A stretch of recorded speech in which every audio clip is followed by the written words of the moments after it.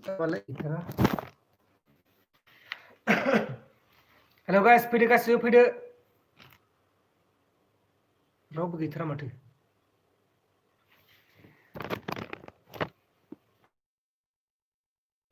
live फैदोंमोन हर गेजेराव सोरबा लाइभ फैबा नायगोन नामा रावबो नाया दा उन्दुजोब्बाय 2टा बाजि जाबाय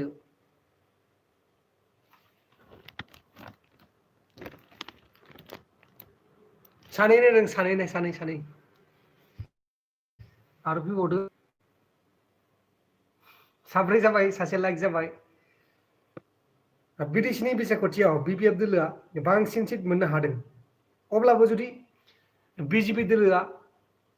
इउपिपिएल दोलोजों लोगो आरो बिजेपि दोलोजों सरकार दासिगोन आरोना ओमफ्राय बिजेपिया गासै मोन 15टा भट मोननो हादों भट नङा मासि मोननो हादों ओमफ्राय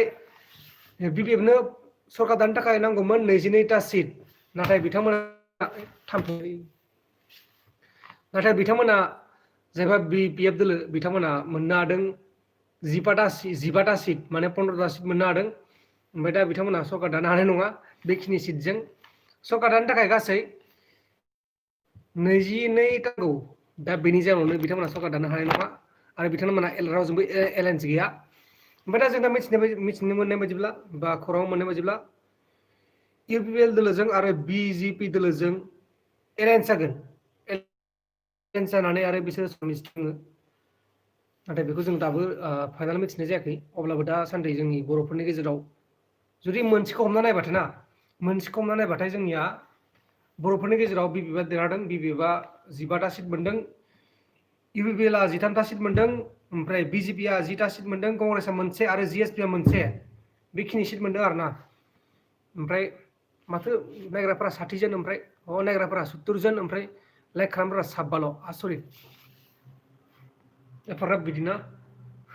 लाइकखौनो खालामाखै माने रावबो आंखौसो मोजां मोनाखै ना आंनि निउसखौसो मोजां मोनाखै आं मिथिला आरो 15 लाइक खालामदों ओमफ्राय 80 जना नायगासिनो दङ 7 जन लाइक खालामबाय खालामबावदोब्रा एसे 17 जन लाइक खालामबाय मोजां जादों गोबां मोजां जादों ओमफ्राय बेखौनो बुंनो सानदों दा जोंनियाव बिसायख'थिनि रियेल बायदिब्लाथाय बिपिएफ दोलोआ बांसिन सिट मोननो हादों बिपिएफ दोलोआ 15टा सिट मोननो हादों 15टा सिट मोननो हादों आरो इउपिपिएलआ 13टा सिट मोननो हादों बिजेपिआ 10टा सिट मोननो हादों आरो कंग्रेसआ मोनसे आरो जिएसपिआ आंना नेटानो थांलाय फैलाय मा जाबावगोन गुवाहाटियावबो बेबायदि अबस्था नङा होमबा लोगोफोर गुवाहाटियावबो बेबायदि अबस्था नेटनि प्रब्लेम मा जाबावगोन जोंनि बे इन्डियाया रिकानेक्टिं जागासिनो दं नङा होमबा लोगोफोर जिअ'नि 4Gखौनो मोजाङै खालामनो हायाखै आरो बोरै 5G लाबबावनो माबोरै जाबावगोन सेसलै आं बोरै लाइफ हगोनलै बिदिब्लाय माबोरै जाबावगोन लाइभआनो थाथ'थ' आं दा कमेन्ट फरायनो दसे आं दिनै सानसे उन्दुवाखै हरसे उन्दुवाखै आं दा बिराद उन्दुनो ओंखारदों थेवब्लाबो आं माथोआ बोरैबा जानो हागौ नोंथांमोना मेनेज खालामबानो जाबाय र' भिडिअ कमेन्ट बक्स फरायनि कमेन्ट बक्सआबो थाखो र'नै दासो जादों गिबिनिफ्राय फरायनि गिबियाव दङ OMG गेमार प्लेयार फाइटारसो गेमिं फाइटार गुड मर्निं आदा गुड मर्निं बायदि मोनाखै दाबो इउपिपिएलआ देरहाखाबायना आदा इउपिपिएल जिन्दाबाद मोजां दे आदा नायनि भिडिअखौ लाइक साबस्क्राइब खालामखायो आदाया मा गामि आरो बाक्सा गरेस्वरनि आदा आङो बाक्सा गरेस्वरनि आदा आं जाबाय आंबो बाक्सानि जोंनियाव देरहाखाबाय जायबा देरहानो लागा दंमोन बे देरहाखाबाय जोंना कख्लाबारि समस्ति बिथां प्रमद बराद ओमफ्राय गुड मर्निं लोगो स्ल' नेटा आंनिया स्ल' नोंथांमोना स्ल' नङा आंनिया स्ल' जादों गुवाहाटियाव दं आं दाबो गुवाहाटियावबो नेटा स्ल'बाव नङा होमबा लोगोफोर बिराद स्ल' नेटा बा आसरित जाबाय आङो दाबो नायगासिनो दङ 230 जन मानसिफोरा लाइक खालामदों 69 ओमफ्राय दा जोङो फाइनाल रिजाल्टखौ मोनखाबाय नालाय फाइनाल रिजाल्टआ जाहैबाय बिपिएफना 15टा सिट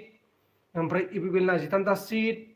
ओमफ्राय बिजेपिनिया 10टा सिट कंग्रेसनिया 1टा सिट ओमफ्राय जिएसपिना मोनसे नोंथाङा मिथिबाय जानो हागौ बेनो फाइनाल रिजाल्टआ नाथाय बिपिएफआ सरकार दानो हानाय नङा दै बे मोनसे बाथ्रा बिपिएफआ जुदि बिजेपिजों दंब्लाथाय सरकार दानो हागौमोन नाथाय बिपिएफआ रावजोंबो गैया जिएसपिआबो जेनबाय आरो कंग्रेसआबो जेनबाय मोननैजोंबो गैला जाबाय ओमफ्राय दा इउपिपिएलजों आरो बिजेपिजों सरकारखौ दानो हानाय जोंनि बे बिटिआरआव आरो जुदि इउपिपिएलजों बिपिएफजों गोरोबथा जायोब्लाथाय इउपिपिएलजों आरो बिपिएफजों सरकारखौ दानो हागोन मानो होनोब्लाथाय मोननैबो देरहाखानाय बायदियानो नाथाय हाग्रामा महिलारिया बांसिन जौगानानै दङ जोंनि बे बिटिआरआव बिथांमोना 15टा सिट मोनदों आरो इउपिपिएलआ 13टा सिट मोनदों आरो बिजेपिआ 10टा सिट मोनदों बेनो आरोना दा बिजेपिनि आखायावसो दंसै बिजेपिआ जाय हानजाजों लोगो जागोन बिथांमोनानो देरहागोन बिजेपिआ जुदि बिपिएफजों लोगो जायो अब्ला बिपिएफआ देरहागोन आरो जुदि बिजेपिआ इउपिपिएलजों लोगो जायो अब्ला इउपिपिएलआ देरहागोन बिदि आरोना बाथ्राया दा रायलायनाया सोलिगासिनो दङ नैबे गुवाहाटियावनो सोलिगासिनो दं रायलायनाया दा बेहाय हेमन्त बिश्व शर्मा ओमफ्राय चिफ मिनिस्टार सर्बानन्द सन'वाल ओमफ्राय आरो दंबावो रन्जित दास आरो बेनि उनाव दङ पियुष हाजरिका आरो प्रमद बर' बिथांमोना दा रायलायगासिनो दं होननानै खोनादों गुवाहाटियाव नैबे जोंनि खाथियावनो दा थांबाथाय नुगोन खिन्थु दा लाइटआ अफ गोजा आरो जोंनाबो गेटआ बन्द जाबाय नङाब्ला आं नोंथांमोननो लाइभ देखायबाय थागौमोन ओमफ्राय दा आं दसे कमेन्ट फरायनि रावबो उन्दुवाखै नालाय एसे टाइम पास खालामनि एड लाइभ थाबाय था आदा लाइभ थाबाय थानो सोलाबा 36 वाव वाव आं मोनसे बुजियासै दे कमेन्टफोरखौ आदा अनलाइन थाबाय था सुइट आदा सुइट होनो नोंथांमोना साबस्क्राइब खालामा ओमफ्राय दिप्स ब्लग्स हाय आदा गुड मर्निं आं दासो सारि मोनना आदानि भिडिअखौ नायदों वाह आंनि भिडिअ होनाय लोगो लोगो सारि मोनदों नोंथाङा जोबोद जोबोर रोजा रोजा साबायखर थाबाय नोंथांनिसिम आंनि भिडिअ होनाय लोगो लोगो सारि मोनदोंब्लाथाय ओमफ्राय आरो दंबावो गुड मर्निं आनो बांसिन बिजेपि आरो इउपिपिएल एलायन्स बिजेपि आरो इउपिपिएल एलायन्सबाथ' सरकारखौ दाखाबाय एबार बिटिआरआ बिसोरनि आखायाव जाबाय ओमफ्राय आरो दङ मा हाय गुड मर्निं दासो फरायखांनायावसो बियो उन्दुनो ओंखारला माथो आदा इउपिपिएल जिन्दाबाद उन्दुनो ओंखारनाङा दानो उन्दुथ'नाङा इसाक नार्जारि नोंथाङा दानो उन्दुथ'नाङा गाबोन उन्दुबानो जाबाय सानाव सानसे आं गाबोनबो उन्दुआ गाबोनबो भिडिअ खालामनांगौ जोंहा रावबो हेल्प होग्रा गैया हारसिंनो भिडिअ खालामनांगौ हारसिंनो हगारनांगौ सासे दंमोन सासे सिख्ला मानसि नोंथांमोना खोनादों जानो हागौ बेलासिनि रादाबखौ फरायो बिथांखौबो एकदमबारे बुङै बुङैसो भिडिअ खालामहोनांगौ मा ओंख्रि आदा जिमि ब्रह्म ओंखाम जाथ'वाखै ओंखामखौ दा लासैनो जागोन ओंखामा मोनखाजोब्बाय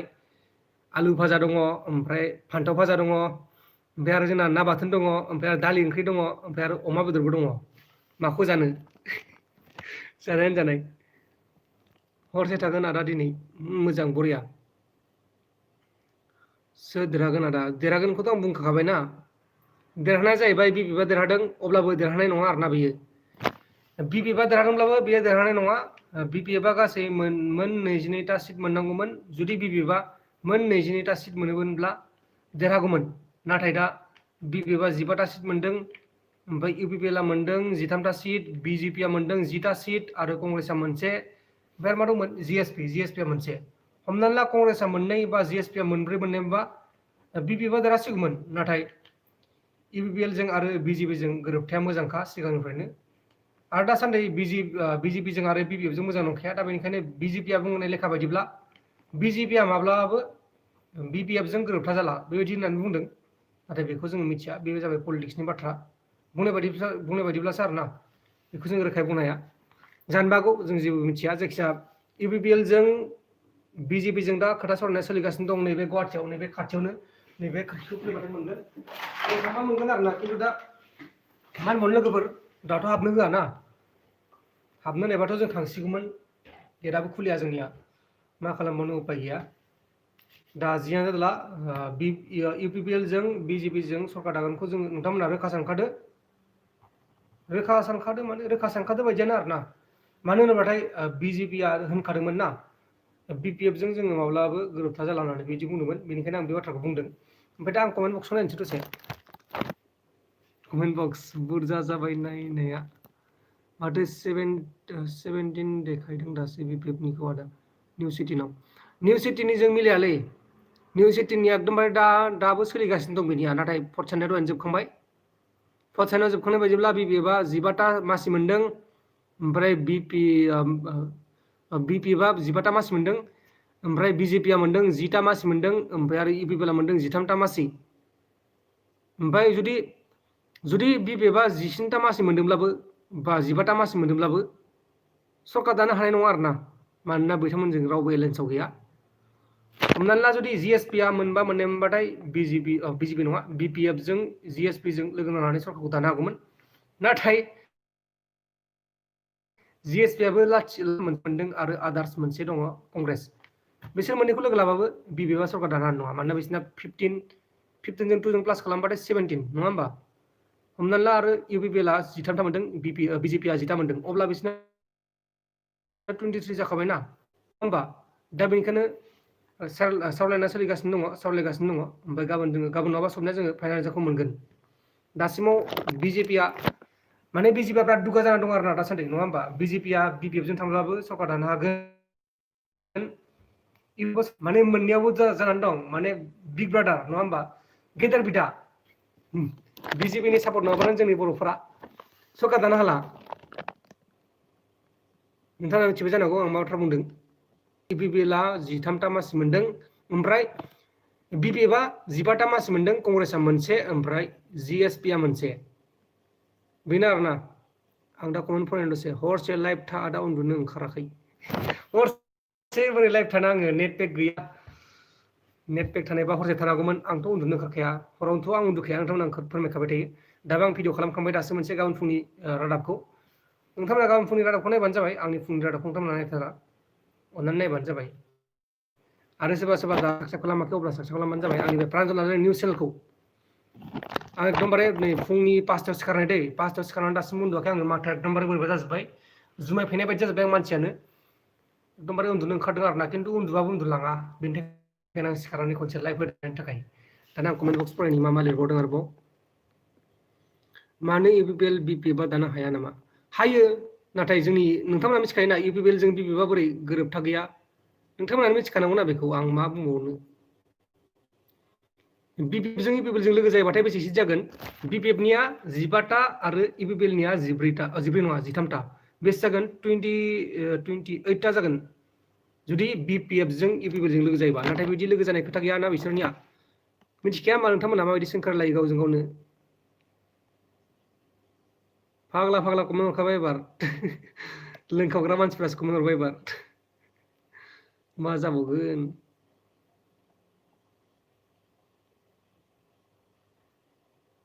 आं बिदिबाथाय लाइभ फैनो बायोलै एफाग्राब गाज्रि कमेन्ट फाग्ला जालांगोन आं बेनिखायनो लाइभ फैया दिनै फार्स्ट टाइम फैदोंमोन दिनैबो आरो बिदि बाथ्रा बुंजाबाय आं आसरित जाबाय मा होनबावनो आरो जोंनि बर'जों बर' बुलायना थैबानो जाबाय 21 नं सालबारि बियाबा सोर देरहाखो 21 नं सालबारि माने सालबारि बाक्सा सालबारियाव बिपिएफआ देरहादों ओमफ्राय जोंनि कख्लाबारि समस्तियाव प्रमद बर' बिथाङा देरहादों सालबारि बाक्सानिबाथाय बिपिएफआ देरहादों ओइ बन्दु मिथिसार नायनो एसे मोजाङै लिरना हरब्रा मा गोदाव सोराव लिरना हरो हाब एफा गाज्रि कमेन्ट लिरना हरबायलै एबार फाग्ला जालांगोन आं लाइभ थानो बाबाय आं ओइ सार साख्रि मोनमारगोन ना साख्रिखौथ' जोंबो मोनाखै साख्रि जों मोनदोंबाबो जों प्राइभेट साख्रि मोनदों जों निजिनि खस्थ' खालामनासो मोनदों रावबो साख्रिखौ ओरैनो मोना मिथिबायना निजे खस्थ' खालामनांगोन एसे रोंगौथि थानांगोन अब्लासो साख्रिखौ मोनगोन साख्रिखौ रावबो ओरैनो मोना ब्लक खालाम बिदि मानसि ब्लक खालामजायाना डाइरेक्ट बिदि लाइभ होनायाव ब्लक खालामजायो जेब्ला कमेन्ट गाज्रि फैयो अब्ला बे कमेन्ट बक्सनि जायबा कमेन्ट हरग्रा बेखौ आं डाइरेक्ट ब्लक खालामखायो जाहाथे आंनि चेनेलखौ नुवा आं डाइरेक्ट आंनि चेनेलाव गाज्रि कमेन्ट हरग्राफोरखौ डाइरेक्ट ब्लक खालामखायो जाहाथे आंनि चेनेलखौ नुवा कमेन्ट हरखांनायनि उनाव जाहाथे आंनि चेनेलखौ नुला आरोना फैयो जायबा गाज्रि कमेन्ट हरदों बे आंनि चेनेलखौ नुनाय नङा सालबारियाव बिपिएफ सोलिबा आं माथो बुंखो सालबारियाव बिपिएफ सोखाना बे आंखौ मा बुंदों सालबारियाव बिपिएफ सोखालै बालनो बिदि बाथ्रा बुंनो लागा गैया आं मिथिखागौ सालबारियाव बिपिएफ सोखा आदा ओंखाम जाखांबाय नामा जोंहा दिनै ओंखाम जानांगौनि खोथा गैया जों ओंखाम जागोन लासै लासैनो जागोन ओंखामजों जोंहा जेबो खोथा गैया ओंखामखौ जोङो गोसोबानो जायो गोसोबानो जाया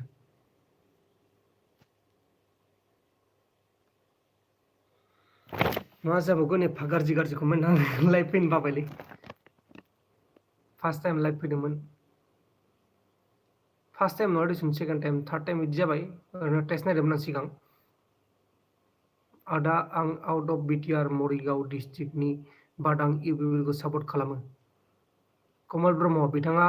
आउट अफ बिटिआरनि मरिगाव डिस्ट्रिक्टनि मरिगाव डिस्ट्रिक्टआवबो जोंनि गोबां बर'फोर दङ नाथाय जों मिथिया जों मरिगाव डिस्ट्रिक्टखौ दासिमबो नुफेराखै जों नङा दिसुन आं नुफेराखै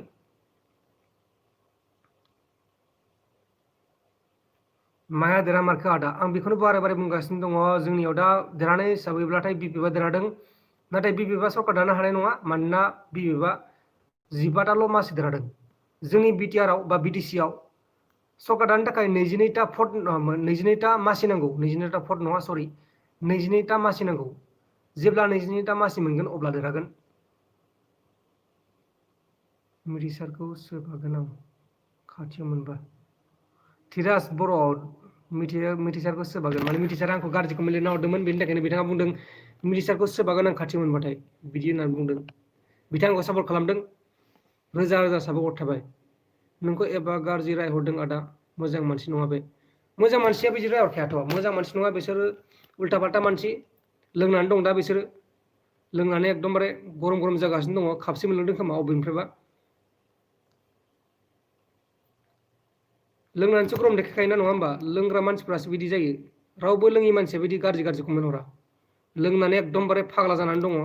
अबेबा दंफांजों सौग्रोदों खोमा अन्थाइफोराव सौग्रलाबायदों खोमा लोंनानै ताल गैया गोदाव सोराव नायलाबायनानै कमेन्ट हरलाबायगोन बुंलागा गोबां बाथ्रा दं नाथाय जों बुङा बेफोरखौ जों बुंबाथाय एकदमबारे लासिं सिं जायो दा बेनिखायनो जों बुङा गोदोहाय बुङोमोन आं गोदोहाय गोबां बुंदोंमोन गोदोहाय आदा आं दिनैसो फार्स्ट टाइम कमेन्ट हरदों नोंनि चेनेलखौ सानफ्रामबो नायो आरो जा मोजां मोनो नोंखौ जों गामियाव जा बमा गावबाय स्वर्नजित बर' मा गामि नोंथांमोननिया गोबां बमा गावबायबा मोजाङानो जादों ओइ आदा फाल्टुसो बियो बिपिएफनि गुन्दै जाग्रासो बियो मिथिसार गुन्दाया होखावनांगौ केला बेखौनो आग्ला फाग्ला कमेन्टखौबो फरायजोबनांगौ जायोना बेनि थाखायनो मा होनबावनो आरो नोंथांमोना गारनानै थांनाङा नोंथांमोना इन्टारेस्ट मोनदोंबा नायबाय थाबानो जाबाय आरो जुदि इन्टारेस्ट मोनाखै खोन्थाबानो जाबाय आङो लाइभ बा 50 रुपिस डनेट खालामहरदों बिलेश्वर गयारि रोजा रोजा साबायखर थाबाय फार्स्ट टाइम बा आं इदि सानाखैमोन आंनि बे लाइभ भिडिअखौ आं मनिटाइज जादों सानाखैमोन बिलेश्वर गयारि बिथाङा आंनो 50 रोजा नङा दै 50 आंनो हरदों बिथाङा आंखौ मोजां मोननानै हरदों मानि थाखाय मोजां मोनखो आं बेखौ मिथिया आंथ' जानला मोनलासो लाइभ होगासिनो दङ उन्दुनो ओंखारनानै जाहाथे नोंथांमोनाबो उन्दुनो ओंखाराखै बेनि थाखायनो आंबो लाइभखौ होनाय जादों नाथाय बे लाइभखौ आङो अराय समनि थाखाय दोनबाय थाया बे लाइभखौ आङो दा होखांनानै दाननाय जागोन मानोना बे लाइभआव गोबां गाज्रि बाथ्रा कमेन्ट लिरनाय हरनाय दङ आरो बेबायदि कमेन्ट हरनायखौ आं एसे मोजां मोना आंनियाव गाज्रि कमेन्ट फैबाथाय आं बेखौ डाइरेक्ट दानखायो इउपिपिएलआ 13 बिजेपिआ 10 ओमफ्राय आरो 23 इउपिपिएल आं बुजियासै बेखौ बे माने ओरै प्लास खालामदों आरो भटार आइडि गैयैसो आदा बिसोर डोन्ट वारि ब्र बिसोरखौ ब्लक खालाम ब्लकखौथ' खालामनो हायो नाथाय बे लाइभआव ब्लक खालामनो हाया ना लाइभ होबाय थानायाव ब्लक खालामनो हाया लाइभ होखांनानैसो आं ब्लक खालामनो हागोन सोर देरहागोन आदा सरकारखौ देरहानायाथ' नोंथांमोना खोन्थाखाबायना नोंथांमोना दहायनि फार्स्टनि भिडिअखौ नायाखै खोमा आं आउट अफ बिटिसि जनायनिफ्राय बुंदों माबोरै जामारगोन सोर देरहामारगोन आंबो रिजाल्टखौ नेबाय दं रिजाल्टखौथ' आं बुंखाबायना रिजाल्टआ जोंनिया दा बिपिएफआनो फार्स्ट जानानै दङ नाथाय बिपिएफआ 15टाल' मासि मोनदों 15टा मासिजों रावबो सरकार दानो हाया बेखौ आङो बारे बारे बुंगासिनो दं नोंथांमोना गोसोआव गैया जानो हागौ जोंनि बिटिसिखौ सालायनो थाखाय 22टा मासि नांगौ 22टा मासिखौ बबेनिफ्राय मोनगोन एलायन्सआसो मोनगोन दा 22टा मासिनि बारा जानानै दङ इउपिपिएलजों जुदि बिजेपिआ एलायन्स जायोबाथाय 23टा मासि जागोन आरो जुदि इउपिपिएलजों बिजेपिजों एलायन्स जायोबाथाय बेसे मासि जागोन 10 आरो इखैजा 25टा मासि जागोन आरो जुदि इउपिपिएलजों आरो बिपिएफजों एलायन्स जायोबाथाय माने गोरोबथा जायोब्लाथाय बेसे जागोन इउपिपिएलनिया 22 इउपिपिएलनिया 22 नङा सरि इउपिपिएलनिया 13 आरो बिपिएफनिया 15 अब्ला बेसे जागोन 28 जागोन नङा होमबा लोगोफोर दा बेबायदिनो सोलियो जोंनि बिटिसिनि बिसायख'थिया नङा होमबा बिदिनो सोलिगासिनो दं सिगांनिफ्रायनो दा नों मोसादोंना मोसायाखै आंहा मोसानो लागा बे जेबो बाथ्रा गैया मोसानो गोनां खोथा दंमोन नाथाय मोसानो गोनां थाखाय मिउजिक नांगोन नङा होमबा दल दामनाय नांगोन बर' हारिनि ड्रेस गाननाय नांगोन दा रावबोआनो गैयाबा आं बोरै हारसिं मोसालाबायनो बेहाय नङा होमबा लोगोफोर गामियाव लेंहरदोंमोन गामियाव जोंना दाबो सोलिगासिनो दं मोसानाय मुसुरनाय नाथाय गामियाव थांब्लाबो जोंना बे भिडिअ खालामनाय जानाय नङाना गामियाव थांबाथाय एकदमबारे रंजानाय बाजानायावनो थाबाय थायो दा बेनि थाखायनो आं गामियाव थाङाखै गामियाव लेंहरगासिनो दङ गामिनि मानसिफ्रा आंखौ बयबो मोजां मोनखायो राकेश गेमार बिथाङाबो 20 रां हरदों माबोरै रां हरलाबायखो आं मिथिला जायखिजाया 70 रां जाबाय आंनियाव 14 थाखा रां जाबाय गाबोन पुरि जानोसै आङो फुङावनो सिखारनानै बेखिनि रांखौथ' आं उनावसो मोनगोन थेवब्लाबो आङो आंनि बेखिनिखौनो साननानै आङो 20 रांनि पुरि जानोसै आरोना दा उन्दुला आङो डाइरेक्ट पुरि जाहैनोसै दा नै बेसे जाखो टाइमा 2:22 जाबायना 3:30 रिंगायाव पुरि दखान खुलियो जोंनिया बे नैबे बिल्डिं खाथियाव नैबे खिनियावनो खुलियो जोंनिया बे जाहैबानो मोनसिगोन जों दा नोंथांमोनखौ आं एफाग्राब नायगोन सानाखैमोन नोंथांमोना नायगासिनो दङ रोजा रोजा साबायखर BPF मुर्दाबाद पाबजि ना मा बुंखो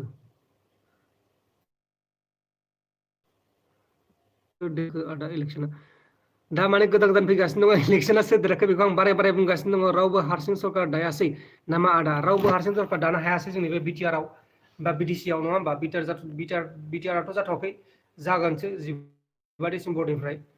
रावबो सरकार दानो हायाखै हारसिङै जुदि जायोमोनब्लाथाय BPF थांगौमोन नाथाय BPF 15ताल' मासि मोननो हादों ओमफ्राय EPPL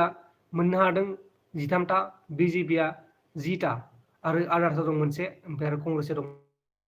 मोनसे दा जुदि हमला GSP मोनबा बा कंग्रेसआ मोनबा मोनोमोनब्लाथाय BPF नि सरकार जागौमोन आरो जुदि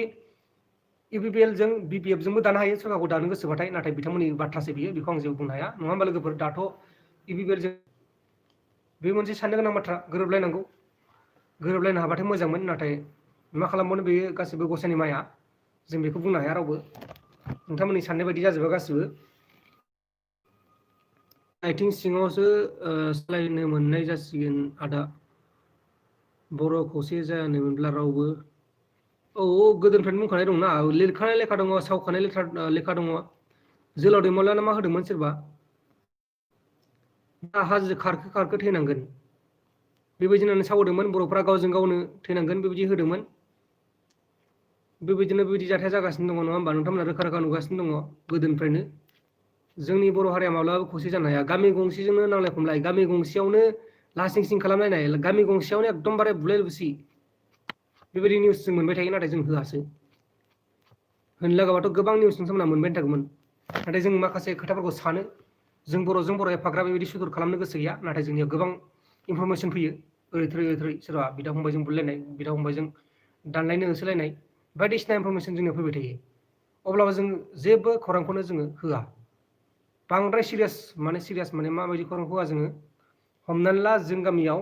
सासे BPF नि मानसिया EPPL नि मानसिखौ दाननो होसोदों बिदि गोबां खौरां फैयोमोन नैबे दासान्नैसो फैथ'वाखै बे सप्तासेनि सिगां गोबां बिदिनो सोरबा EPPL नि मानसिया दाननो होसोनाय सोरबा BPF नि मानसिया दाननो होसोनाय बायदिसिना खौरां फैगासिनो दंमोन नाथाय जों बेफोरखौ रावखौबो लायाखै बेबायदि खौरांखौ होब्लाथाय जोंनि बर' हारिया गरम जागोन दानिया कमेन्ट नायलायनोसैलाय मा जाखो आदा कमेन्ट नाया नों आदा हो आंखौ गोबां रागा जोंबाय मानसिफ्रा कमेन्टखौ नायगासिनो दङ आं एबार फार्स्टनिफ्राय नायनो दे रावबो गाज्रि मोननाङा एसे गोबाव जानो हानाय फार्स्टनिफ्राय नायजानाय नङा र' EPPL 13 BJP 10ता EPPL सरकार BTR सरकार गुड नाइट ब्र KB गेमिं गोमसार बसुमतारी भटार आइडि गैयैसो बिसोर आदा दनवारि ब्र बिसोरखौ ब्लक खालाम आदा जोमै नार्जारि आदा EPPL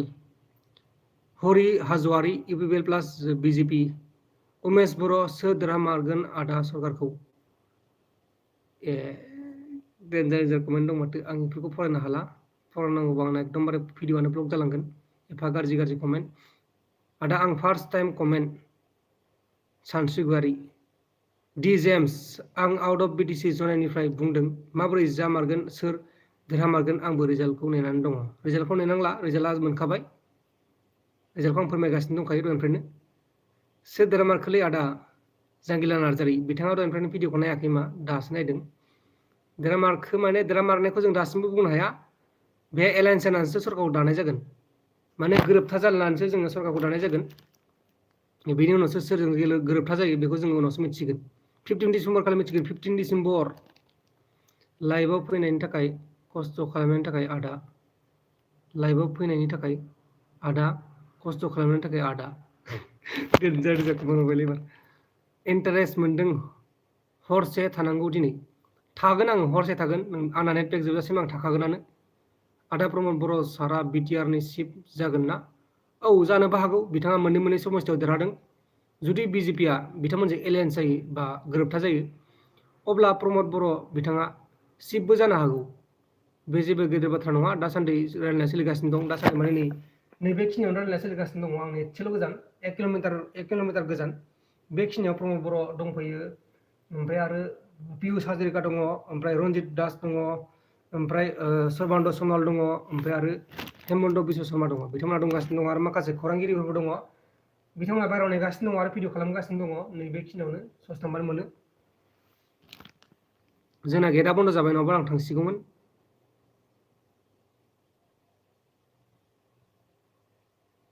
हेलौ आदा उन्दुनो ओंखाराखै नामा उन्दुनो ओंखाराखै आंना एकदमबारे उन्दुनो ओंखारदों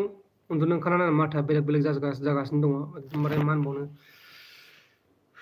आं 5टा बाजिनिफ्राय उन्दुवाखै फुंबिलिनि नोंथांमोना मिथिगौ जानांगौ आं दिनै खैथा भिडिअ खालामदों दिनै आङो 7टा भिडिअ खालामदों 7टा भिडिअ खालामदों आङो बिसायख'थिनि 6टा ओमफ्राय आरो गोजोन फुंबिलिनि मोनसे सामफ्रामबो फैखायो गाबोनबो फैगोन एभरिडे फैखागोन थैलाय उजिलाय इबुबेला देरहानो हाया माने थाखाय थैलाय उजिलाय इबुबेला देरहानो हाया माने मानि थाखाय गुन्दाजोब बुजियाखै आंखौ मिथिसार ब्रह्म बिनि कमेन्टखौ आं फरायफ्लांनानै दिगदारानो जाबाय बेबायदि कमेन्टखौ आं फराया थेंक इउ राकेश बिथाङा सोरखौ बुंखो आं मिथियासै थेंक इउ राकेश होनहरबाय आं प्रान्जलसो आं राकेश नङा आदादों मोसादोंना मोसायाखै जोंनियाव मोसानो गोनां मा गैया मा होनो जायगा गैया मोसानो हायो दासिमबो नोंथांमोना जुदि सल' खनना हरनो हायोबाथाय लाइभजों लाइभ मोसागोन आं दाबो नाथाय बेहा जोंनि बर' हारिनि मेन जाखिनि मोसानो गोसो गुदुं जाग्रा बैखिनि मेथाइखौ दामनायानो जायाखै खोन्थाफिनदो आदा नों मोसागोन ना मोसायाखै खोन्थाफिनदो इबुबेल जिन्दाबाद बिपिएफ जिन्दाबाद अनलि फर इबुबेल गुड आदा बोरै फैसाखौ नोंनो हरनो हायो आदा खोन्थाहरलाय नैबेहाय सुपार चाटनि अपसन थायो बेनो हरनो हायो हरनाङा रावबो हरनाङा नोंथांमोननि फैसाखौ नोंथांमोनानो लाबाय था बेबायदि फैसा हरनाङा मिथिबायना एकदमबारे बिराद बोरैबा मोनो नै दा बिथांमोना आंनो गासै 89 रुपिस हरदों सोर हरदोंमोन आं बेखौ दा नायनानै खोन्थागोन बिथांमोना हरनाङामोन नै राकेश गेमार बिथाङा हरदों 20 रुपिस बेबायदि हरनाङा मिथिबायना फैसाखौ गावनि बिमा बिफानिफ्राय मोननाय फैसाखौ बिदि हरनाङा बिलेश्वर गयारि बिथाङा 50 रां हरदों बेबायदि हरनाङा 50 रांजों नोंथाङा गोबां खरसा खालामनो हागौमोन 50 रांजों मा मोनो मा मोना बेबायदि हरनाङा मिथिबायना बिमा बिफानि फैसाखौ बिदि हरनाङा नोंथांमोना जुदि भिडिअखौ नायो बेनो जोंनि थाखाय जोबोर मोजां बेबायदि फैसा हरलायनांगौ गैया मालाबा नांगौ जाबाथाय हरबानो जाबाय बिदि जानला मोनला फैलाबायनो हरलाबायनाङा बेबायदिनो गोबां फैसा लस जादों मिथिबायना गोबां इउटुबारफोरा बिदिनो गोबां फैसा मोनदों जेरै केरिमिनाटि बिथाङा गोबां फैसा मोनदों गावनि साबसक्राइबारफोरनि थाखाय आरो गोबां दङ केरिमिनाटिल' नङा केरिमिनाटिया दासान्दि खम दासान्दि बिथाङा भिडिअ होबाङाखै बिथाङा गोबां खम मोनगासिनो दं दा आरो हरबावबाय बिलेश्वर गयारि आरोबाव हरबावबाय 20 रां एफाग्राब फैसा हरबाय थानाङा फंबाय उनाव जमा खालाम मिथिबायना बिदि फैसा हरबाय थानाङा मालाय हारिनि आथिं सिङावसो सालायनो मोननाय जासिगोन दा ब्रादार बर'आ खौसे जानायमोनब्ला रावखौबो नाङामोन आं बिराद दुखु मोनबाय बे बाथ्राया नोंगौ दिपेन बसुमतारी नोंथाङा थिग बाथ्राखौनो बुंदों नाथाय मा बुंबावनो जोंनि बर'फोराबो एफाग्राब खस्थ' सोलिबाय थानो हाया बेबो मोनसे आरो बेबो मोनसे जों सानना नायोब्लाथाय बेफोरो ओरैनो मा होनबावनो आरोना बेखौ आं बुंनो रोंनाय नङा मानोना जों सासे भिडिअ खालामग्रा आदाया सोरनि जाना फट होबाय जों फट होनायखौ खोन्थानो हानाय नङा नोंथाङा मिथिखायो जानांगौ दहायनिफ्रायनो आं भिडिअ खालामगासिनो दङ दहायनिफ्रायनो भिडिअ आं बुंगासिनो दङ दहायनिफ्रायनो आङो भिडिअ दिनै आङो 7टा भिडिअ खालामबाय बे 7टा भिडिअनि गेजेराव 3 भिडिअ नायब्लानो आं बबेयाव फट होदों बेखौ नोंथांमोना मिथिगोन खस्थ' खालामनायनि थाखाय डनेसन आदा बिलेसर गयारि बे जेबो खस्थ' नङा लाइभ फैनाया जेबो खस्थ' नङा उन्दुनो ओंखाराखै बेनि थाखाय नोंथांमोनजों आं खस्थ' खालामदों बे जेबो खस्थ' गोलैया फंबाय नोंथाङा जायखिजाया हरदों बेनि थाखाय रोजा रोजा साबायखर नोंथाङा जुदि बिदि फैसा गैया अब्ला हरनाङा माने दुखु मोनो आरोना जोङो फैसा गैयिनि थाखाय मालाय इउटुबारनो बेबायदि फैसा हरनायखौ जों दुखु मोनो सोर देरहाखो आदा इलेक्सना आदा बेखौनो सोंगासिनो दं मानसिफ्रा दासो फैदों सोरबा सोरबा इलेक्सनाव देरहागासिनो दं जोंनिया दा बिबिबा देरहादों नाथाय बिबिबा सरकार दानो हानाय नङा बेयो मोनसे बाथ्रा जानानै दङ बेखौ जों गाबोननि उनावसो मिथिगोन बिपिएफ मुर्दाबाद मा कमेन्ट हरदों आरो बा नबिन बसुमतारिया गावनि कमेन्टखौ डिलिट खालामफिनबाय नायालां आंनि लाइभ गयदा राकेश बिटिआर नायालां आंनि लाइभ गयदा नायाबा मायाबा मा बुङो बर' रावा बिदि थायो नामा बुंनोबा बुं नायालां नोंनि लाइभखौ बिदि बुंना नायाबा मानो फैलाबायनांगौ जाखो नायाबा था नोंखौ आं नायनो थाखाय लिंहराखैना मालाय जोंनि लोगोफोर दङ बिथांमोना नायगासिनो दङ हराव उन्दुनो ओंखाराखै बेनि थाखायनो आं लाइभ फैदों आं लाइभखौ फैयामोन आंबो उन्दुनो ओंखारदों मिथिबायना आं बिराद उन्दुनो ओंखारदों थेवब्लाबो आं लाइभ फैदों मानो होनब्ला मिथिबाथाय आं मिथिगौ नोंथांमोना सानगासिनो दङ उन्दुनो ओंखाराखै बेनि थाखायनो आं लाइभखौ फैदों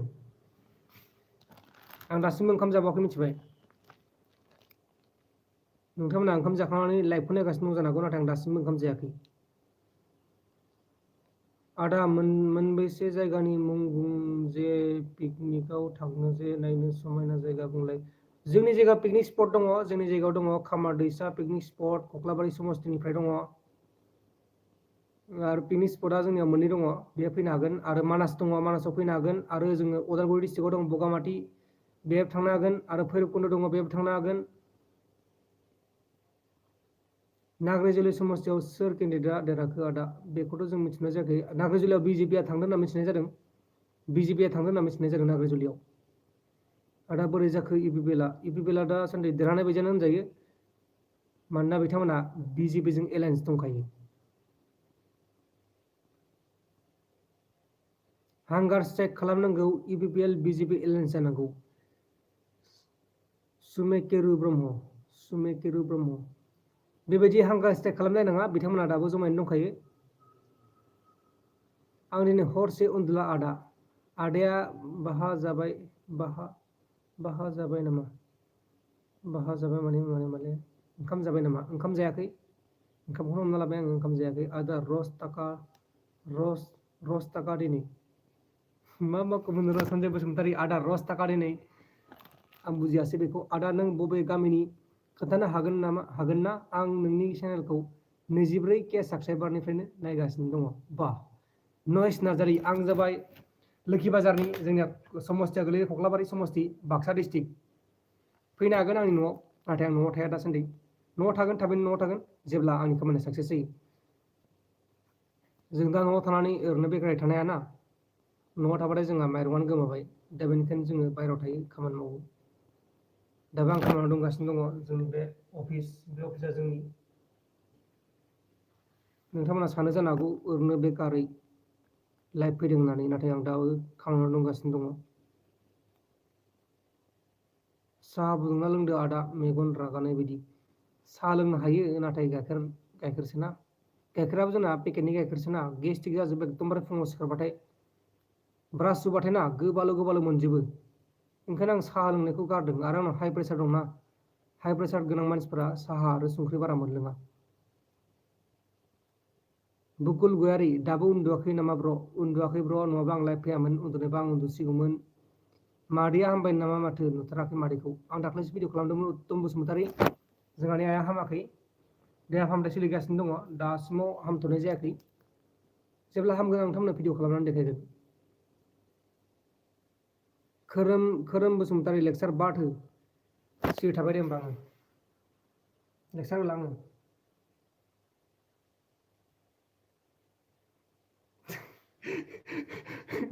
मा जाबावगोन मानसिफोरजों लेक्सार मा होनलाबायो पि बर' मोजां बुं पि बर' मोजां बुं आं बुजियासै बेखौ उन्दुनो ओंखारबाय आंना बाथ्राया मोजां जानाय नङा बारा एकदमबारे मेंनाय बायदि मोनजोबदों आङो बिरादनो अब्लाबो आं लाइभखौ फैनाय जादों हाय ब्रादार जय बर' हारिनि जय जों जेब्ला बर' हारिनि थाखाय थैगोन बर' हारिनि थाखाय थांगोन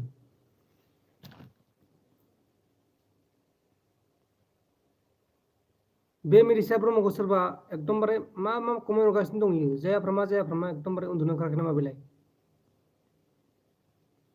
आदाया अबेयाव थायो मा गामिया नोंसिना आंथ' गुवाहाटियावसो थायो गुवाहाटि नैबे जोंना नैबे सोलिगासिनो दं मिथिं बिजेपिजों आरो इउपिपिएलजों दा मिथिं सोलिगासिनो दं जों थानाय खाथियावनो बेहायनो थायो आङो सोर लोगो जाना सरकार दामारगोन आदा बेखौथ' आं दहायनो बुंखांबाय इउपिपिएलजों आरो बिजेपिजों सरकार दानो हागौ बेखौ जों रोखायै बुंनाय जायाखै दासिमहालागै मिथिं सोलिगासिनो दङ मिथिङा जाबाय थागोन आदा बिपिएफनि सरकारखौ नायनो बाबायलै आदा बिपिएफआ एबार सरकार दानो हागोनखौ जों मिजिंथियाखै बिथांमोना 22टा सिट मोननो हायोब्लाथाय जों मिजिंथिगौमोन नाथाय बिथांमोना 15टा सिट मोननो हानानै सेथियाव थांदोंब्लाबो बिथांमोना सरकारखौ दानो हागोन ना बेखौ जों रोखायै बुंनो हाया मोजां नायदो निउसखौ 17टा सिट देरहादों बिपिएफआ मिजिं इस्लारि नोंथाङा फाइनाल रिजाल्टखौ मोनथ'वाखै दासिमबो नोंथांमोना सानैखौ नायगासिनो दङ दा बेनि थाखाय नोंथांमोना 17टा सिट मोननो हादों होनदों नाथाय फाइनाल रिजाल्टआव 15टा सिटल' नायबानो जाबाय गाबोन नायबानो जाबाय आं जोबोर मोजां मोनबाय आदा नोंनि लाइभ नायना रतन खुंगुर बसुमतारी रोजा रोजा साबायखर थाबाय रतन खुंगुर बसुमतारी नोंथांसिम हरसे थाखा आदा दिनै थानो हायो नाथाय गोबां मानसिफोर एगेन्स्टफोर दंना बिथांमोन थानायाव आं बोरै थागोन बेखौनो आं सानगासिनो दं एफाग्राब गाज्रि कमेन्ट हरो फाग्ला जालांगोन जै फ्रि फायार फैलायबाय एबार जोंनिया बर'फोरनि गेजेराव फ्रि फायार दङ इउपिपिएल नङा सरि पाबजि दङ फ्रि फायार आरो पाबजि साननैसो जादोंमोन ना आंबो भिडिअ खालामदोंमोन नाथाय आं बे भिडिअखौ मा खालामखोथाय मिथिला आङो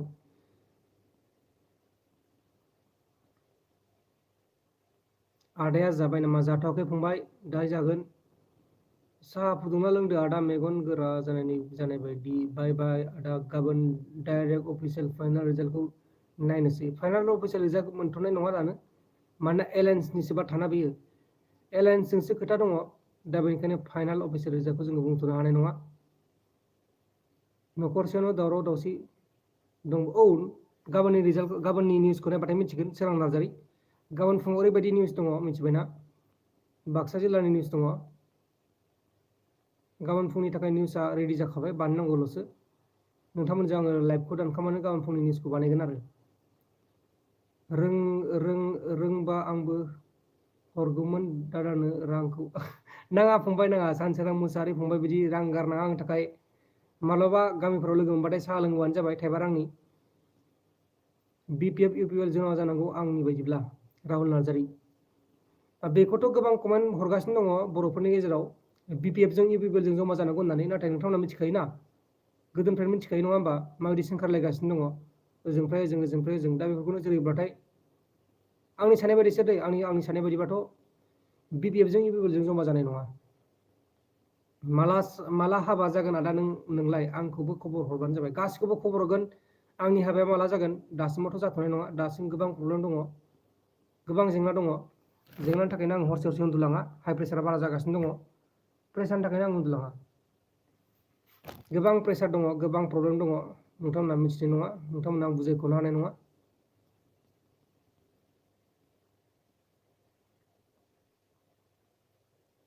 गानजा फाग्ला किं गेमिं पेटिएमजों सुपार सेट खालामजाया माथो आदा सुपार सेट खालामनांगौनि बाथ्रा गैया नोंथांमोना भिडिअखौ नायबाय थाबानो जाबाय आं बिदि डनेसन बिग्रा मानसि नङा आं जाहाथे डनेसन बिदोंमोन सिगांहाय बिदोंमोन आंनि आइनि प्रब्लेमनि थाखायसो बिदोंमोन आङो ओरैनो डनेसन बिग्रा मानसि नङा आं आइनि खैफोदाव गोलैनो थाखायसो बिदोंमोन नाथाय आं दासिमबो बियासै जिखिनि मोन्दोंमोन सानसेयाव बेखिनिखौल' आं लादों उनाव गावनो गाव लाजिनानै आङो भिडिअखौ डिलिट खालामफिनदों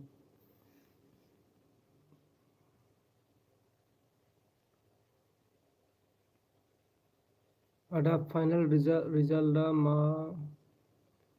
संगिता बसुमतारी फाइनाल रिजाल्टनि बाथ्रा बुंगासिनो दं आं दहायनिफ्रायनो फाइनाल रिजाल्टफोराव बुंथ'नाया दा एलायन्सनि बाथ्रा ना एलायन्सआ सोरजों जागोन बिजेपिआ सोरजों लोगो जागोन बिथांमोना सरकारखौ दागोन हमनानै ला बिजेपिआ जुदि बिपिएफजों लोगो जायो अब्ला बिपिएफआ सरकार दागोन हमनानै ला बिजेपिआ इउपिपिएलजों लोगो जायोबा इउपिपिएलआ सरकार दागोन बेल'सो दा जोंनिया जुदि हारसिङै देरहायाखै रावबो देरहानो थाखाय 22टा सिट नांगौ जोंनि बिटिआरखौ बा बिटिसिखौ सालायनो थाखाय 22टा सिट नांगौ 22टा सिट रावबो मोनाखै जानाया फाइनाल थांखाबाय फंबाय आं दासो सिरि मोनदों सोमखोर खाख्लारि बिथाङा जानाया फाइनाल थांखाबाय होननानै बुंदों बिथाङा जानो हागौ जोंनि मानसि दे आदा मोजां दे थार सैथो बुजिबालै खौसे जाया माब्लाबाबो औ बेथ' नंखागौ थार सैथो बुजियाब्ला माब्ला खौसे जानो जाखानो नङा दा हमना ला नैबे लाइभफोरावनो जोङो मिथियोना इउटुबारफोरा मिथियो जोंनि बर' हारिया बोरै खौसे जागोन बेखौ जों साननानै मोनला गोदाव सोराव कमेन्टफोरानो फैबाय थायो दा आङो ओरै हमनानै ओरै दंब्लाबो आंखौ फैनानै बुंगोन प्रान्जल गाज्रि बाथ्रा बुंगोन आरोना बे आं दा बुंनाया लाइभआव भिडिअ गिदिर जालाबायगोन मिनिसा ब्रह्मआ मा मोनगासिनो दं बेयो नायनो गोसो गैयाबा खारलांना मालायखौ मा बखिगासिनो दं दाबो ओंखाम जायाखै नामा नोंलाय आदा ओंखाम जाथ'वाखै राजा नार्जारि ओंखाम जाथ'नो टाइम जाथ'वाखै टाइम जाबाय ओंखामा खुरखानानै दङ जानांगौल' फ्रि फायार इउपिपिएल जिन्दाबाद मनजय रामसियारि फ्रि फायारा जागासिनो दं बिसोरनिया जे फ्रि फायारनो माइ लाभार्स बिसोरनियाथ' आरो गेमनिसो नोंना एमबि जोबलायबाय आदा 24 अनलाइन थाबाय आंना एमबि जोबलायबाय आदा 24 आवार्स अनलाइन थाबाय आं बिथाङा गोबां माहाजोन जानो हागौ बिथाङा 24 आवार्स अनलाइन थानो हादों जोंनि आरो नैबे लाइभ होनायावनो जोबखासिगोन दसेनो पि बर' उन्दुनो ओंखारबाय नामा आंना पि बर' नङा आंना प्रान्जल नार्जारिसो अनुराम ब्रह्म आं नार्जारिसो बर' नङा होमबा बिजेपि इउपिपिएल जमा जानांगौ होमबा बिजेपि नङा दा देरनानै औ बिजेपिनि आखायावसो दंना माथो बुंगासिनो आङो बिजेपिआ दा सोरजों लोगो जायो बिसोरसो दासिगोन सरकारखौ रन्जित दासआ सोर आदा खनसे फोरमायहर रन्जित दासआ जाहैबाय बिजेपिनि दैदेनगिरि नोंथांमोना मिथिया जानो हागौ मिथिगोन नोंथांमोना गुगोलाव सार्च खालाम रन्जित दास लिरनानै बिजेपिनि आसामनि दैदेनगिरि जेरै जोंनि दैदेनगिरि बा जोंनि बिपिएफनि दैदेनगिरि बिदि मानसि थायोना थिग बेबायदिनो बिजेपिनि दैदेनगिरि रन्जित दासआ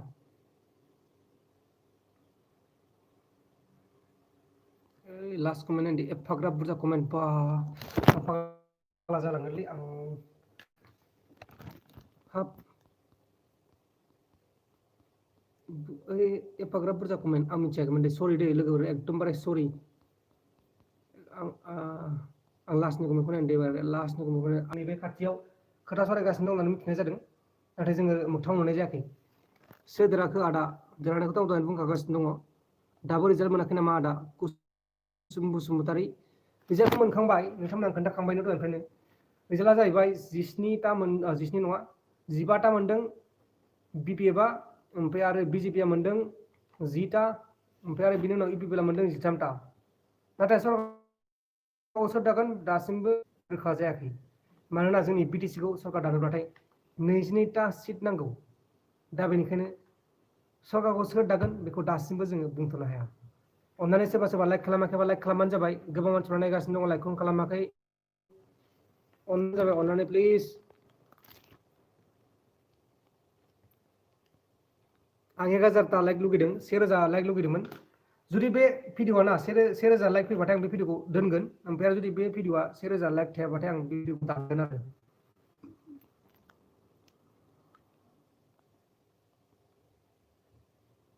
बैथि बसुमतारि मामायासो थांबा गैला बैथि बसुमतारि मामाजों आरो मामिजों थांनोबो हानाय बेखौ जों जेबो मिथिया दासान्दि रायलायगासिनो दङ सावरायगासिनो दङ नैबे खिनियाव रायलायगासिनो दङ खाथियाव थांबाथाय मोनगौमोन नाथाय जोंना गेटआ बन्द जाबाय आरो मा दंबावो मनजन रामसियारि सरि दे फैलाया देरहाबाय नामा आदाहा फैलाया एबार केन्डिडेट नङामोन फैलाया इउपिपिएलनि सापर्टार जानानै दङ बिथाङा इउपिपिएलनि मिरु सरकारनि मिरु सरकार नङा इउपिपिएलनि मिरुनि आफादगिरि बेबायदि जानानै दङ बिथाङा दैदेनगिरि जानानै दङ इउपिपिएल दोलोनि बिथाङा भट दारायाखै बिथाङा दारायनो नागिरदोंमोन नाथाय बिथाङा दारायासै एबार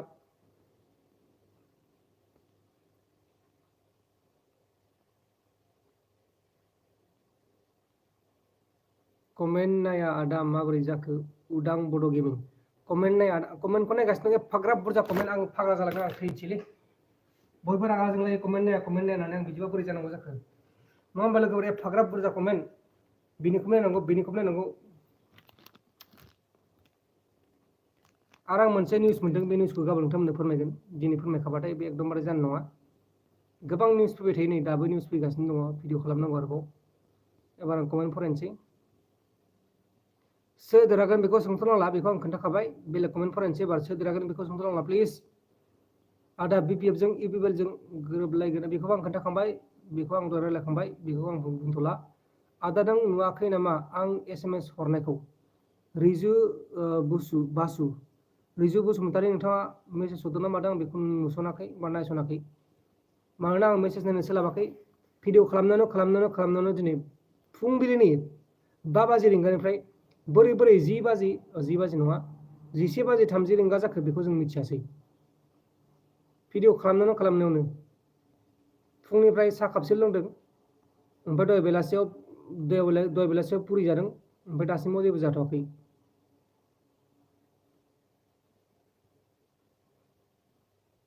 बा मिथिसा ब्रह्म आरो हरबालायबाय 1 लाख रां हरोब्लाथाय लाइक फ्रिनो माने माबायदि मानसि बिलाय सरि आदा आं अफलाइन जानोसै आदा सरि जानायनि थाखाय जेबो नङा फंबाय अफलाइन जादो उन्दुदो समाराखौ बानायबाय थानानै थाया उन्दुदो आदा इउपिपिएलआ 13टा सिट मोनदों न' औ 13टा सिट मोनदों दासान्दि दाथ' फाइनालानो जाखाबायना जों मिथिनाय बायदिब्ला दाथ' फाइनाल जाखाबाय बिपिएफआ 15टा इउपिपिएलआ 13टा ओमफ्राय बिजेपिआ 10टा जिएसपिआ मोनसे ओमफ्राय कंग्रेसआ मोनसे साननानै नायदो 40टाल'सो सिट नङा होमबा बिपिएफआ मोनबाय 15टा इउपिपिएलआ मोनबाय 13टा ओमफ्राय मोनबाय माबाया बिजेपि मोनबाय 10टा ओमफ्राय आरो जिएसपिआ मोनसे कंग्रेसआ मोनसे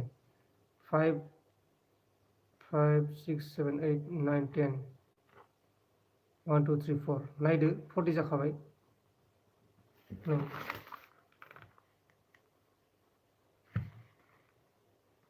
बिपिएफआ 15टा इउपिपिएलआ 13टा जिएसपिआ मोनसे नङा बिजेपिआ 10टा जिएसपिआ मोनसे ओमफ्राय कंग्रेसआ मोनसे गासै 40टा जाबायना नै 40टाल'सो सिटखा 40टा सिटआव बिपिएफआ फार्स्टआव दङ सेकेन्डआव इउपिपिएल ओमफ्राय थार्डआव दङ बिजेपि ओमफ्राय फर्थआवथ' बिसोर सानैया दङ जिएसपि जों कंग्रेस ओमफ्राय दा जुदि नाम्बार 1आव बिपिएफआ दंब्लाबो जुदि इउपिपिएल जों बिजेपि जों लोगो जायोब्लाथाय बे जेनसिगोन आरो जुदि बेजों लोगो जायोबाथाय बे जेनसिगोन आरो जुदि बेजों लोगो जायोबाथाय बे जेनसिगोन बेनो आरोना बाथ्राया नोंथांमोना बुजिदों जानो हागौ बुजियाखैबा खनसे बुजिबावनो आंनि बिटिसिनि बिसायख'थियाव फार्स्टआव थांदों बिपिएफआ 15टा मासि मोनदों ओमफ्राय इउपिपिएलआ मोनदों 13टा मासि बिजेपिआ मोनदों 10टा मासि ओमफ्राय आरो मोनदों आदार्सआव मोनसे ओमफ्राय जिएसपिआव मोनसे आदार्सआव मोनसे ना मोननै बेखौ मिथिया जायखिजाया आदार्सजों जिएसपिआव मोनसे हमना लाबाय ओमफ्राय आदार्सजों कंग्रेसजों मोनसे हमना लाबाय आदार्सआव कंग्रेसआ गोलैयो नालाय दा बेखौ सानदों नोंथांमोना 15 13 बेसे जागो 15 जों 13 जों बेसे जागो 28 जाबायना ओमफ्राय 10 प्लास खालामदो 10 प्लास खालामबाथाय 38 जाबाय ओमफ्राय 2 प्लास खालामदो कंग्रेसनि मोनसे ओमफ्राय आदार्सनि मोनसे 2 प्लास खालामदो अबा 40 जाबायना बे 40 खिनिया जोबखाबाय बुजिदोंना नोंथांमोना बुजियाखैबा आरो खनसे बुजिनांगौनि बुजिदों जानो हागौ कमेन्टखौ नायनि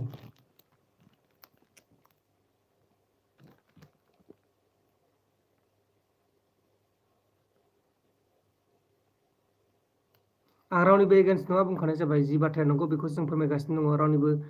जानानै जों फोरमायाखै जिखिनि बाथ्राया नंगौ बेखौ जों फोरमायगासिनो दङ जों रावनिबो बानायनानै बाथ्रा फोरमायाखै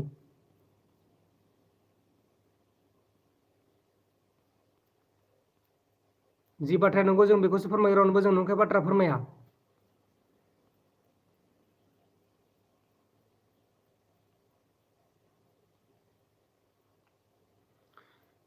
SMS हरनाय आं मा होनबावनो दा एफाग्राब बुरजा आं फाग्ला जालांसिगोनलै आं फार्स्टनिफ्राय फरायनोसै आङो नैनिफ्राय मा होनो बबेनिफ्राय फरायगोन आङो जिमि ब्रह्मनिफ्राय फरायनोसै आङो रिजाल्ट मोनखाङागौ मानि गैला आदा नों रिजाल्ट मोनखाङागौ मानि गैला आदा नों मा खालामगोन आंखौ जिमि ब्रह्म रिजाल्ट खोन्थाखाबाय माथो आंलाय रिजाल्टखौ दा आङो खोन्थागासिनो दङ BJP नि बाथ्रासै BJP आ जुदि BPF जों थायो BPF देरहागोन BJP आ जुदि UPPL थायो UPPL देरहागोन मानोना जोंनि BTC खौ सालायनो थाखाय 22टा सिट नांगौ बेखौनो आं बुंगासिनो दङ बुजियाखैबाथाय खनसे बुजिनानै लाबानो जाबाय दानो लाइभ नामा मिस्टार रमेन दानो लाइभ नामा दानो लाइभ नङाबा गाबोनथ' फुङाव भिडिअ बानांगौ मोनसे सानावना भिडिअ होनानै थाङो टाइमा दा बेनि थाखायनो आङो लाइभ होनो मोना लासै लिरफायमोन आदा अनसुला राठर बिथाङा मोजांखौनो बुंदों लासै लिरफायमोन एफाग्राब स्पिड लिरनाङा आदा उन्दुदो बिदांस्रि वारि आं उन्दुनो ओंखाराखै उन्दुनो ओंखारबा आं उन्दुसिगोन ओमफ्राय नेट पेकआ जोबसिगोन 5 मिनिटल'सै ब्रादार बेनो फाइनाल रिजाल्ट नामा UPPL 13 BPF 15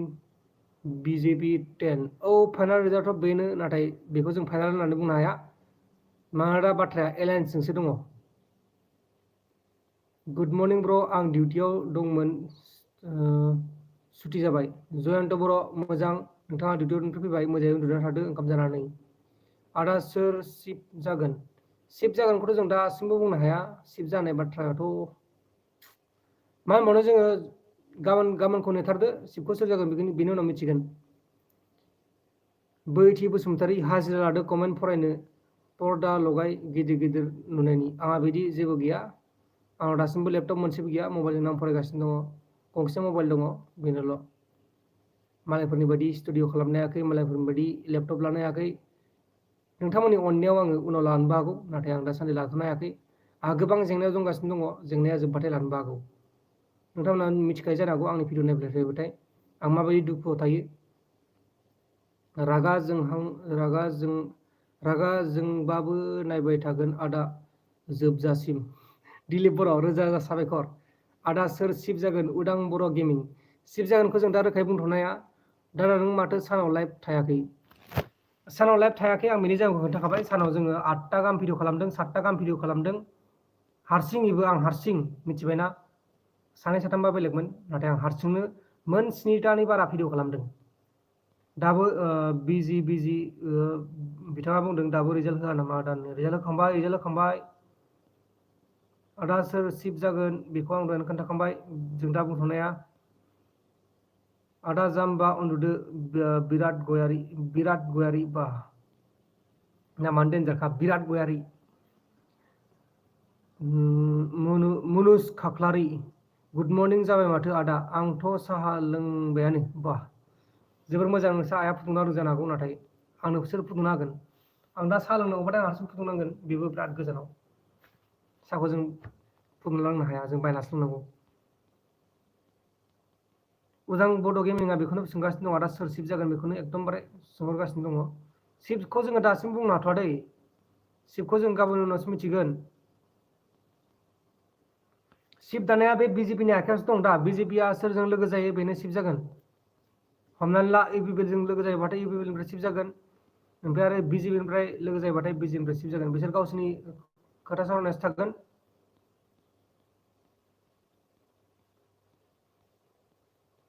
आं गवालपारानि आदा दाबो दं नेना रिजाल्टखौ रिजु बासु आं गवालपारानिफ्राय नङा जायखिया आं खोन्थागासिनो दङ गवालपारायानो जा जियानो जा आं लाइभ भिडिअ खोन्थागासिनो दङ नोंथांमोना खोनायाखै जानो हागौ बि नार्जारि आदा नों आं SMS हरनायखौ नुवाखै नामा वाट्सएपआव हर आंनि वाट्सएप नाम्बारानो दंखायोना एकदमबारे इम्पर्टेन्ट मेसेज दं आं वाट्सएपआव हर फेसबुक गासिबो रिप्लाइ खालामखायो UPPL मोनसे मेसेज थांना दं आदा फाइनाल रिजाल्टआव बेखौ आं खोन्थाखाबाय आदायाबो खुसिथार BPF जानायनि बिदि नङा खुसिनि बाथ्रा नङा रावबो खुसि नङा मिथिबायना बेबायदि खुसि जानायनि बाथ्राबाथाय माबायदिबा खुसि जागौमोन मिथिबायना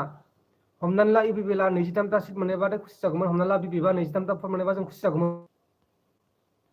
मिथिनांगौ बेफोरखौ एसे मिथिनांगौ मिथिबायना बेफोरखौ मिथिना लानाया मोजां माने जोंनि बिटिसिखौ सालायनो थाखाय 22टा सिट नांगौ बेहाय जुदि बिपिएफआ 20टा मोनदोंब्लाबो हानाय नङा 20टा मोनदोंबा हागौ जानो हागौ नाथाय 17टा बा 15टा बा हानाय नङा दा बेनिखायनो एलायन्स जानानैसो सरकारखौ दानांगोन हारसिं सरकार दानो हाया बेखौनो आं बुंगासिनो दङ नाथाय नोंथांमोना खोनायाखै जानो हागौ बेखौनो मानसिफोरा सोंहरगासिनो दङ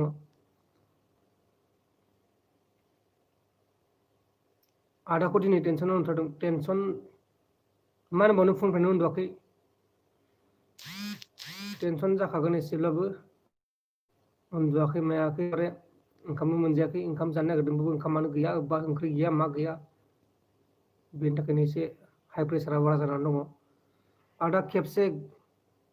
ग्लास गाननाय नायनो लुबैदों आं हिर' बायदि नुखायो आदाखौ आदा खेबसे ग्लास गाननाय नायनो लुबैदों आं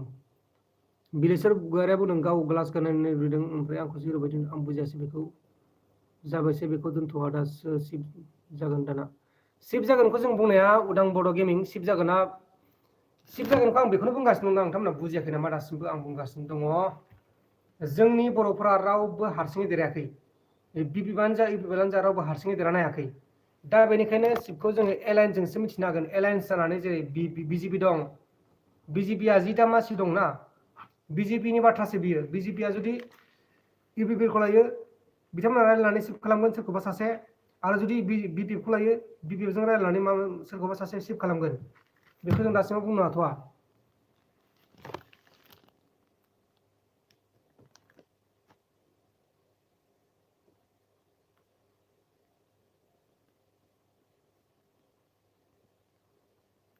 ओमफ्राय आरो दंबावो मा दंबावोमोन मा खबर फाय दासो बम गावखांदों बा जों गामियाव बमा गावनो होआखै जों गामियाव बमा गावबाथाय पुलिसफोरजों हमजानायसो जादोंमोन आं सोंहरदोंमोन जों गामियाव खनसे रिपिट खालामदो ब्र रिपिट खालामबाय थाथ'ला अननानै प्लिज नेटपेक जोबसिगोन फेरि थेंक्स ब्र रिजाल्ट खोन्थानायनि थाखाय रिजाल्टखौथ' खोन्थाबाय आङो खोन्थानायालाय फाइनाल रिजाल्ट नङा होनजायो बियो माने रिजाल्टआथ' बे फाइनालानो होनजायो नाथाय रावबो सरकार दानो हाथ'वाखै आरोना दा बेनो बाथ्राया सरकार दानो थाखाय जोंनि थाखाय 22टा सिट नांगौ 22टा सिट मोनाब्लासो मोनसे दोलोआ हारसिङैनो सरकारखौ दानो हागौमोन नाथाय रावबो दोलोआ 22टा सिट मोनाखै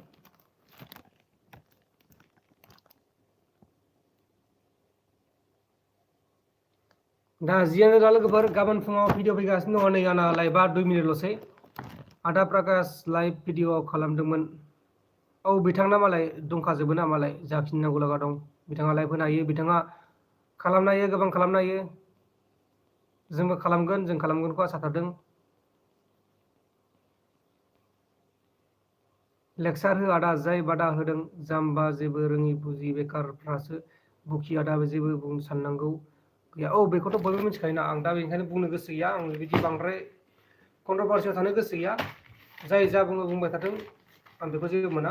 ओमफ्राय नोंथांमोननो मोनसे बाथ्रा देखायनि नैबे जाबाय आंनि बहि बे बहियाव आं लिरो बे बहिया ना बे डिसटासो बहिया 20 थाखा लायो बे 20 थाखानि बहिया आंनिया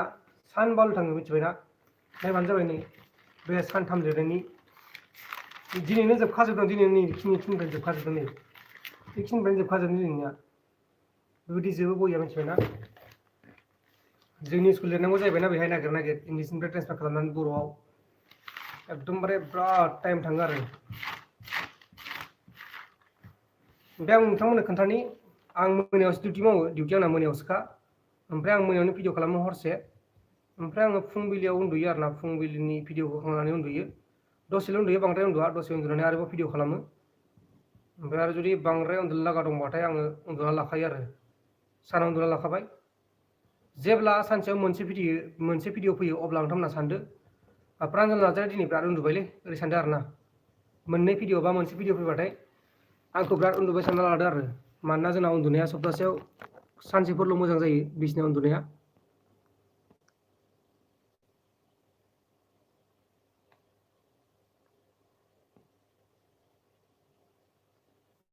रिजु बसुमतारी फटआ जोबाखै नाथाय जों मिथिनाय बायदिब्ला फर्थ चेनेलआ दासिमबो टिभिआव दंगासिनो दं नाथाय बे नंला जोङो फाइनालखौ दहायनो मोनखाबाय मानसिफोर खोन्थाहरनाय बायदिब्ला जेरै फर्थ चेनेलआव थानाय मानसिफोरा खोन्थाहरनाय बायदिब्ला बिथांमोना खोन्थाहरनाय बायदिब्ला दहायनो जोंना बैसागुनि रिजाल्ट जानाया जोब्बाय नाथाय टिभिआव दा माखासे फैसानि थाखाय नोंथांमोना मिथिखायोना टिभि चेनेला माबायदि टिभि चेनेला बांसिन फैसानि थाखायल' बिसोरखौ बुंनो हाया जि निउसबाबो बिसोरनो फैसा नांगौ सोरबा हिन्जाव गोमादों बेनि थाखाय फैसा नांगौ सोरनिबा गथ' गोमादों बेनि थाखाय फैसा नांगौ मिथिखाया होमबा नोंथांमोना मिथिखानांगौ बेफोरखौ मिथिबायना गोदाव सोराव टिभिआव देखायलाबायगासिनो दङ खिन्थु जायाखै बिसोरना मोनसे मिलायाखै दहाय नायगासिनो दं आङो दहाय मा नोंथांमोना आं आपडेट होदोंमोन ना टाइम्स 8आव बेलेग निउस 28आव बेलेग निउस 18आव बेलेग गावबागाव एकदमबारे गावबागाव साननाय बायदिसो होगासिनो दंमोन आं दा बेनिखायनो एकदमबारे निउस चेनेलखौनो नायाखै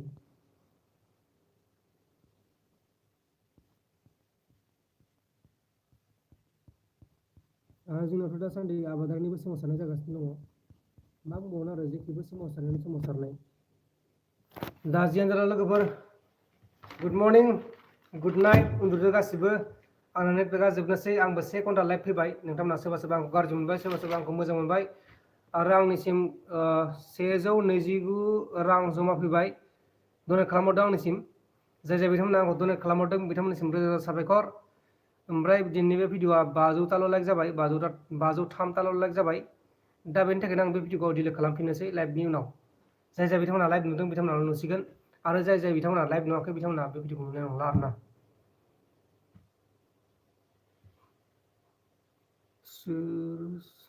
लोगोफोर नोंथांमोना गाज्रि मोनला दे आं बिराद उन्दुनो ओंखारबाय गाज्रि मोननाङा नोंथांमोना नुदों जानांगौ एकदमबारे गोलोमजोब्बाय खानायबो सिनदों आं मैयासो सिनदों थेवब्लाबो आङो लाइभ होगासिनो दङ बिलेसर गयारि लास्टआव हरबाय 30 रां 159 रां जाबाय गासै एफाग्राब 159 रां हांसो बेदर जानांगोन गाबोन थेंक इउ सो माच रायजो राजा नोंथांमोन रोजा रोजा साबायखर थाबाय जय बर' हारिनि जोंनि बर' हारिया जेब्लाबो जौगाथों जोंनि बर' हारिया जेब्लाबो बर' हारिखौ अनसायनो रोंथों नङा होमबा लोगोफोर जों जुदि बर' जानानै बर' हारिखौ अनसायनो रोङाब्लाथाय बोरै जागोन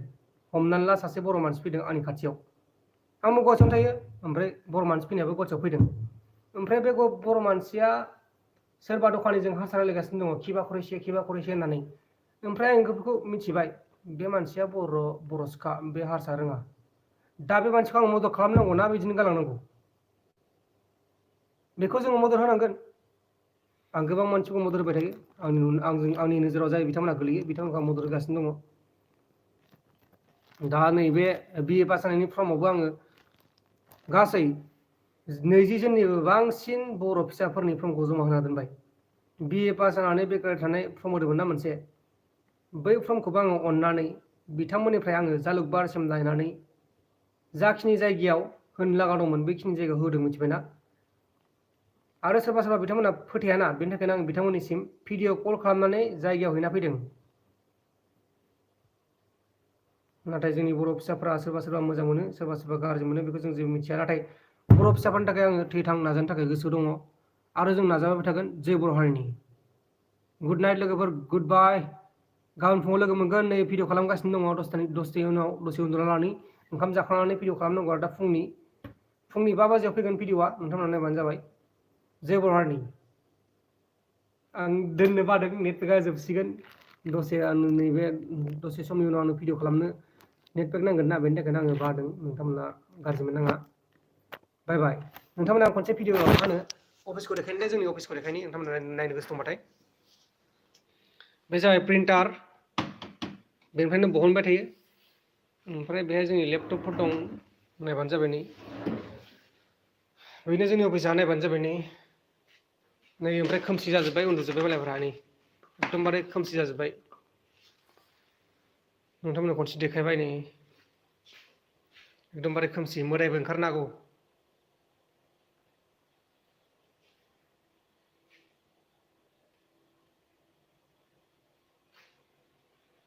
खनसे देखायबाय लोगोफोर गुड नाइट उन्दुदो बाय बाय गाबोन लोगो मोनगोन गाबोन फुङाव लोगो मोनगोन बाय बाय